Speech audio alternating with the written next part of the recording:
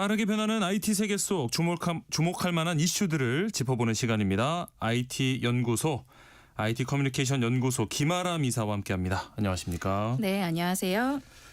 요즘 대학가에서 이 AI 커닝, 그러니까 부정행위 문제가 심각하다고 들었습니다. 여러 대학에서 이 부정행위가 적발됐다던데 어떤 상황인가요? 네, 일단 가장 최근 사례를 보면 서울대 교양과목 통계학 실험 중간고사였습니다. 네. AI 이용한 부정행위가 적발이 됐는데요. 특히 이 사건이 주목받는 이유가 비대면이 아니라 대면 시험이었는데도 발생했다라는 겁니다. 네. 분명히 담당 교수가 시험 전에 AI 사용은 부정행위다라고 경고를 했음에도 불구하고 학생들이 휴대폰으로 챗 GPT에 접속해서 문제를 풀었다고 해요. 네. 네, 근데 이 시험 후에 일부 학생이 조교에게 부정행위와 관련된 정황을 제보를 했고요. 네. 채점하던 중에 AI 사용 흔적을 발견했다라고 합니다. 예. 학교 측에서는 자진 신고해라 이렇게 권유를 해서 한 2명 정도가 자수를 한 상황이었고 결국 해당 분반의 중간고사 성적을 전면 무효화하고 재시험 실시하기로 결정을 했습니다. 네. 기존에도 연세대와 고려대에서도 비슷한 사례가 있었는데 우리가 그렇죠. 소위 스카이라고 부르는 이 대학 전부에서 AI 부정행위가 발견이 된 거죠. 네. 말씀해 주신 것처럼 지금 다른 대학에서는 더 큰 규모의 부정행위가 발생했던데 단체로 커닝을 한 사례도 있었어요. 맞습니다. 이 연세대 사건이 정말 규모가 충격적인데요. 네. 600명이 수강하는 대형 강의였습니다. 예. 이 자연어 처리와 챗 GPT 중간고사에서 집단 부정행위가 적발이 됐습니다. 굉장히 아이러니하게도 이 네. 수업이 바로 챗 GPT를 가르치는 예. 수업이었다라는 거예요. 그러네요. 네, 이 시험이 비대면으로 진행된 시험이었고요. 네. 학교 측이 학생들에게 시험 내내 컴퓨터 화면 그리고 손, 얼굴이 다 나오게 영상을 찍어서 제출하라. 이렇게 요구를 했습니다. 나름의 조치를 취했는데. 네. 그런데도 학생들이 촬영 각도를 조정하면서 사각지대를 만든다든지 아니면 화면에 여러 프로그램들 겹쳐 띄우면서 우회를 한 거죠. 네. 좀 더 놀란 거는 이 이후에 학생 커뮤니티 에브리타임에 투표를 진행을 했는데 네. 이 투표에 387명이 참여했는데 무려 211명이 커닝했다라고 응답을 한 거예요. 절반 이상인 그러네요. 거죠. 현재까지 약 40명이 자수를 했다고 하고요. 담당 교수는 적발된 학생들은 모두 0점 처리하고 자수하지 않으면 유기정화까지 추진을 하겠다라고 강력하게 경고를 한 상황입니다. 네. 또 다른 유형의 또 집단 부정행위 사례도 있었어요. 네, 요거는 AI는 아니고 단체의 예. 어떤 부정행위의 일종인데요. 네네. 고려대에서 1,400여 명이 넘게 수강하는 과목입니다. 비대면 중간고사에서 카카오톡 오픈 채팅방 통해서 이 시험 문제랑 답변을 실시간으로 공유한 사건이 있었습니다. 예. 이 사실이 제보되자 이 역시 담당 교수가 중간고사 전면 무효화하는 특단의 조치를 내렸고요. 네. 그러니까 1,400명이 넘는 학생들이 다시 시험을 봐야 하게 된 거예요. 네. 다들 이 관계자들이 이번 일을 계기로 이런 시험의 운영 방식이라든가 부정행위 방지 대책 논의해야 된다라는 이야기가 나오고 있습니다. 그렇죠. 학생들은 이런 상황을 좀 어떻게 받아들이고 있을지 궁금한데 학생들 사이 반응은 어떻습니까? 네, 이 대학 커뮤니티를 보면 참 죄책감 없는 반응들까지도 많이 나오고 있어요. 예. 또 한 연세대 학생은 이 상황에서 애초에 이 AI 활용한 수업에서 AI 부정행위 고려하지 않은 시험 구조가 잘못된 게 아니냐라면서 책임을 학교에 돌리기도 했고요. 네. 또 여기에 적발되지 않은 다른 학교의 커뮤니티에서도 우리 학교도 집단 컨닝방 만들지 않았었냐라는 한 것 글도 같다. 그런 글도 올라오고 있는 상황이고요. 예. 시험에서는 이런데 과제에서는 더 상황이 이제 좋지 그렇죠. 않습니다. 네. 그러니까 AI 안 쓰면 바보다라는 말까지도 공공연하게 나오고 있는 상황이고 특히 코딩 같은 거 하는 수업에서는 과제 내용 그냥 설명하기만 하면 20초 안에 코드 500줄을 짜준다. 그러니까 대부분의 학생들이 그냥 두세 가지만 고치고 제출한다. 이렇게 털어놓기도 했습니다. 참 그러니까 이 정도로 시험에서도 과제에서도 사용할 정도면 학생들이 AI를 얼마나 자주 어느 수준까지 사용하고 있는지 구체적인 통계가 있을까요? 네, 통계들이 있어서 몇 개 가지고 왔고요. 예. 먼저 고등학생부터 한번 보겠습니다. 네. 이 진학닷컴이라는 교육 사이트에서 고교생들 대상으로 설문조사를 했는데요. 예. 수행평가에 AI 사용한다라고 대답한 학생들이 96.5%. 거의 전부 다네요. 거의 대부분이라고 할 예. 수가 있죠. 근데 AI 활용 방식을 잘 보면 응답자의 80%는 AI가 생성한 내용을 절반 이상 수정하거나 보완한다라고 응답을 했습니다. 예. 그러니까 거의 수정하지 않는다라고 응답한 학생은 1.1% 정도에 불과했는데요. 네. 그래도 대부분은 수정을 해서 그대로 쓰지 않는 수준으로 활용을 하고 있었습니다. 예, 그렇고요. 네. 일단 대학생도 이 관련된 통계가 조금 있는데요. 네. 서울대 자체조사에 따르면 따르면 97%가 학업 중에 AI를 사용하고 있다라고 합니다. 네. 뭐 과제 작성, 발표 자료 준비 등 굉장히 학습 전 단계에서 활용하고 있는 수준이라고 보시면 될 것 같습니다. 네. 그러니까 뭐 어느 정도에서 어느 선에서 쓰느냐에 또 차이가 될 것 같은데 학생들이 이렇게 AI를 뭐 쓸 수밖에 없다라고 하는 건 그만큼 성능이 뭐 뛰어나기 때문일 것 같아요. 어느 정도 수준인가요? 네, 일단 제일 최근 사례로 좀 말씀을 드리자면 네. 2016 수능 지난주에 있었잖아요. 예. 이걸 AI로 시험을 풀어본 연구 결과가 나왔습니다. 오, 네. 네, 이 연세대 인공지능융합대 김시호 교수팀이랑 연합뉴스가 네. 요거를 공개를 했는데요. 예. 일단 1등을 보면 오픈 AI의 GPT-5가 차지를 했습니다. 역시. 예. 이번에 작년 수능보다 좀 어렵게 출제됐다. 특히 수학이 불수능이었다. 이런 말들이 많더라고요. 네네. 예.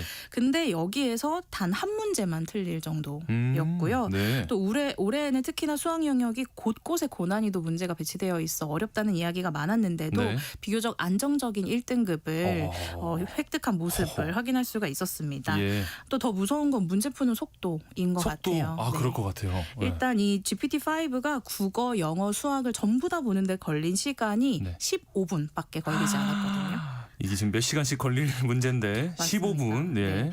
일단 뭐 입시 전문가들은 아직 인서울까지는 아니지만 그래도 4년제 대학 합격 노려볼 수준이다라고 이야기했는데 사실 네. 무서운 점은 성장 속도인 것 같아요. 네. GPT 맨 처음에 나왔을 때 3.5 모델이 당시 수능 풀었을 때에는 네. 17점 받았거든요.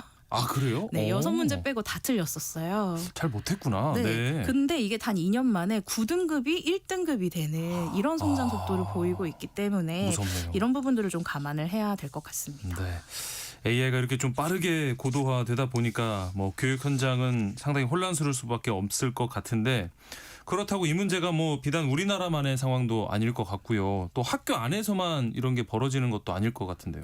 맞습니다. 일단 이게 AI를 금지할 것인가 활용할 것인가 이 딜레마가 지금 찾아오고 있는 것 같고요. 네. 뭐 교육계에서는 물론 이 AI 컨닝이 학생들만의 잘못은 아니고 시대 흐름에 맞게 평가 방식을 다양화해야 한다 이런 의견들이 나오고 있습니다. 네. 또 비대면 시험 같은 경우는 구조적인 문제를 지적하는 목소리도 있어요. 그렇죠. 그러니까 늘 이렇게 AI를 쓰고 있는 환경에서 비대면 시험에만 AI 쓰지 말아라 이게 현실적으로 불가능하다라는 그렇죠. 겁니다. 네. 또 실제로 아까도 말씀드렸지만 연세대 같은 곳은 영상 감독 시스템 만들었지만 학생들이 우회를 했잖아요. 예, 학생들이 더 똑똑했어요. 맞습니다. 그리고 잘 보면 이 전국 대학교육협의회 조사 결과 전국 131개 대학 중에서 77%가 AI 사용 가이드라인조차 없는 상황입니다. 또 있다고 하더라도 선언적인 것에 가깝기 때문에 실효성이 없다라는 지적도 나오고 있어요. 네. 또 스포츠계에서도 한 천재 바둑 기사로 불렸던 친수애라는 이 소녀가 예. 대국 중에 AI 프로그램 사용하다가 적발이 됐습니다. 아하. 실제로 비교를 해보니까 네. 본인이 둔 기보랑 거의 73% 정도 일치하는 결과가 나왔다고 하고요. 네. 그 전에는 시즌 승률이 39%밖에 되지 않았는데 이 적발됐던 시기에 승률이 71%로 급상승하는 이런 결과가 있어서 아하. 프로 자격 박탈되고 8년간 출전 금지 처분까지 받는 이런 그래야죠. 결과가 있었습니다. 네. 그래서 이거 우리나라뿐만의 문제가 아니라 정말 전방위적으로 나타나고 있는 현상이라고 할 수 있을 것 같아요. 이렇게 좀 뭐 다양한 부정 행위들이 나타나다 보니까 AI 부정 행위를 잡아내기 위한 탐지 기술들도 개발되고 있다면서요. 네, 맞습니다. 또 기술에는 기술로 대응을 할 필요가 있는데요. 먼저 국내 스타트업 에딘트라는 곳에서는 AI 시험 감독 솔루션 프록토매틱이라는 걸 개발하고 있습니다. 네. 이 시스템의 특징은 시험 보는 사람의 눈이 화면에서 사라져도 시선이 향하는 방향을 추론할 수 있다라는 거예요. 네. 그러니까 카메라에서 얼굴이 안 보이더라도 얼굴의 여러 가지 포인트라든가 눈동자 좌표 같은 걸 추출해서 예. 방향별로 얼굴 각도, 홍채 위치 이런 거를 계산을 해낸다라는 거죠. 오, 네. 뿐만 아니라 수험자의 행동이나 어떤 배치된 물체, 소음 이런 것까지도 종합적으로 판단해서 부정행위 가능성을 판별한다고 합니다. 네. 또 메사쿠어 컴퍼니의 아이제너스 OTM이라는 솔루션도 있습니다. 예. 누적 응시자 수가 57만 명을 돌파할 정도로 많이 사용이 되고 있는데 네. 여기에서도 정면에 있는 웹캠 그리고 측면에 있는 모바일캠, 시험 화면 이렇게 세 가지 소스에서 모니터링을 하면서 시험 네. 환경을 철저하게 관리를 합니다. 어허. 그래서 여러 가지 부정행위를 실시간으로 탐지한 다음에 종료 후 24시간 이내에 이 분석 리포트를 제공해 준다고 해요. 네. 또 모니터라는 온라인 시험 감독 서비스도 있는데 네. 이미 13만 건 이상의 온라인 시험을 운영한 경험이 있습니다. 예. 뭐 이렇게 비대면 시험 과정에서 검출할 수 있는 시스템들도 있고 네. 또 과제나 레포트 검증에는 카피킬러라는 시스템이 널리 사용이 되고 네, 있습니다. 네. 원래 표절률 탐지하는 서비스였는데 그렇죠. 네. 이제 GPT 킬러 기능이 들어갔어요. 호호호. 그래서 AI가 생성한 텍스트를 탐지하고 알려주는 기능 이런 것들이 있습니다. 그렇다고는 해도 이런 이 탐지 시스템도 뭔가 완벽하진 않을 것 같고 한계가 있을 것 같은데요. 맞습니다. 네. 이 특히 한계가 분명히 존재를 하고 있다는 걸 볼 수 있는 대표적인 게 바로 오픈 AI의 사례인 것 같아요. 네. 이 오픈 AI가 챗 GPT 만들었잖아요. 그렇죠. 이제 그러면서 이미 99%의 정확도를 자랑하는 AI 탐지기를 개발했다고 합니다. 예. 근데 이걸 공개하지 않고 있어요. 네. 근데 그 이유를 보면은 아주 작은 오탐지 확률도 학생에게 큰 피해를 줄 수 있다라고 보고 있기 때문이에요. 그러네요. 그러니까 이걸 공개하는데 되게 신중해야 한다라는 입장인데요. 네. 실제로 이 카피킬러 저도 사용해 봤고 또 네, 사용하는 네. 사람들이 되게 많은데 네네. 실제로 사용한 사람들의 불만이 좀 많습니다. 그러니까 한 대학 신문이 재학생 243명을 대상으로 설문조사 진행했는데요. 네. 이 GPT 킬러 사용해 본 사람들 126명 중에 89.7%가 GPT 사용하지 않은 과제인데도 표절률이 높게 나왔다. 이렇게 억울하겠어요. 이야기를 했어요. 네. 네. 그리고 실제로 37명은 이 GPT 킬러가 제시한 표절률 때문에 실제로 나는 불이익을 받았다. 안 했는데 네. GPT를 쓴 것처럼 맞아요. 오해를 받은 케이스. 아이고, 네. 그러니까 이렇게 직접 과제를 작성해서 제출했음에도 불구하고 네. 높은 표절률이 검출됐다는 이유로 미제출한 것과 같은 점수를 받은 학생들도 있다라는 건데요. 네. 이 저 또한 제가 쓴 글을 넣고 돌리면 네. AI가 작성했다라고 나오는 경우가 상당히 많습니다. 진짜요? 네. 근데 이거는 AI의 패턴 때문이에요. 그러니까 패턴을 학습해서 그걸 생성하기 때문에 인간의 패턴을 학습한 AI, 그 AI가 생성한 글 비슷하게 보일 수밖에 없다라는 부분이 있습니다. 네. 또 다른 연구 결과가 있는데 이 특정 인종 학생에게 AI 탐지 기구가 불리하게 작용할 수 있다라는 연구 결과도 있어요. 네. 그러니까 원어민 학생이 아니라 비원어민 학생들이 작성하는 경우에는 직접 작성을 했더라도 AI로 작성됐다고 오인될 가능성이 높다라는 연구 결과가 있는 겁니다. 네. 그러니까 사실은 내가 쓰지도 않았는데 F학점 받게 되면 정말 억울한 일이 벌어질 수도 그럼요. 있잖아요. 네. 그래서 그 작은 가능성이라도 어떤 감안하기 위해서 이런 부분들의 사용에 신중해야 한다라는 것이고 결국은 기술적인 해결만으로는 한계가 있고 어떤 근본적인 교육 방식이라든가 평가 체계의 변화가 좀 필요하지 않은가 하는 생각이 좀 듭니다. 네. 이 AI에 대한 접근 방식도 이 국가마다 좀 다르다고 하던데 구체적으로 어떤 차이가 있을까요? 네, 뭐 이게 완전히 정해진 규칙 같은 거는 아니지만요. 네. 이 대부분의 서구 대학에서 AI를 규제나 관리 대상으로 보는 반면에 네. 이 중국과 같은 곳의 대학들은 습득해야 되는 핵심 역량으로 보는 경향이 강하다는 연구 결과가 있습니다. 예. 그러니까 서구 대학들은 AI를 좀 관리해야 되는 위협으로 보는 거고요. 네. 영국의 경우에는 부정행위가 3배 증가했다라는 결과도 있었거든요. 네. 그러니까 이렇게까지 급증을 하니까 여기에 대한 단속을 강화하고 또 탐지 도구도 도입하고 처벌을 엄격하게 하자라는 이야기가 나오고 있습니다. 예. 근데 반면에 중국 대학들은 AI를 굉장히 습득해야 되는 기술 중에 하나다라고 인식을 하고 있는 거예요. 네. 이 중국의 교육 컨설팅 기관 마이코스 연구소라는 곳에서 최근 조사를 한 결과가 있는데 중국 대학 교수와 학생 중에 단 1%만이 학업이나 업무에서 AI 도구를 전혀 사용하지 않는다. 반대로 말하면 99%가 사용을 하고 그렇죠. 있다라는 거죠. 그렇죠. 또 이 중에서 60% 정도는 하루나 일주일에 여러 차례 AI를 굉장히 자주 사용하고 있다. 이렇게 응답을 했습니다. 네. 그러니까 한 대학생의 증언만 봐도 불과 2년 전까지만 해도 학교에서 AI를 과제에 활용하지 말라고 주의를 들었다. 네. 그런데 지금은 교수들이 더 이상 AI 사용을 경고하지 않는다라는 거예요. 네. 그러니까 오히려 모범적인 활용 방법을 지키는 선에서 적극적으로 사용을 해라라고 권장을 하고 있다고 합니다. 네. 그러니까 중국에서는 이런 담론이 좀 바뀌고 있다라고 할 수가 있고요. 예.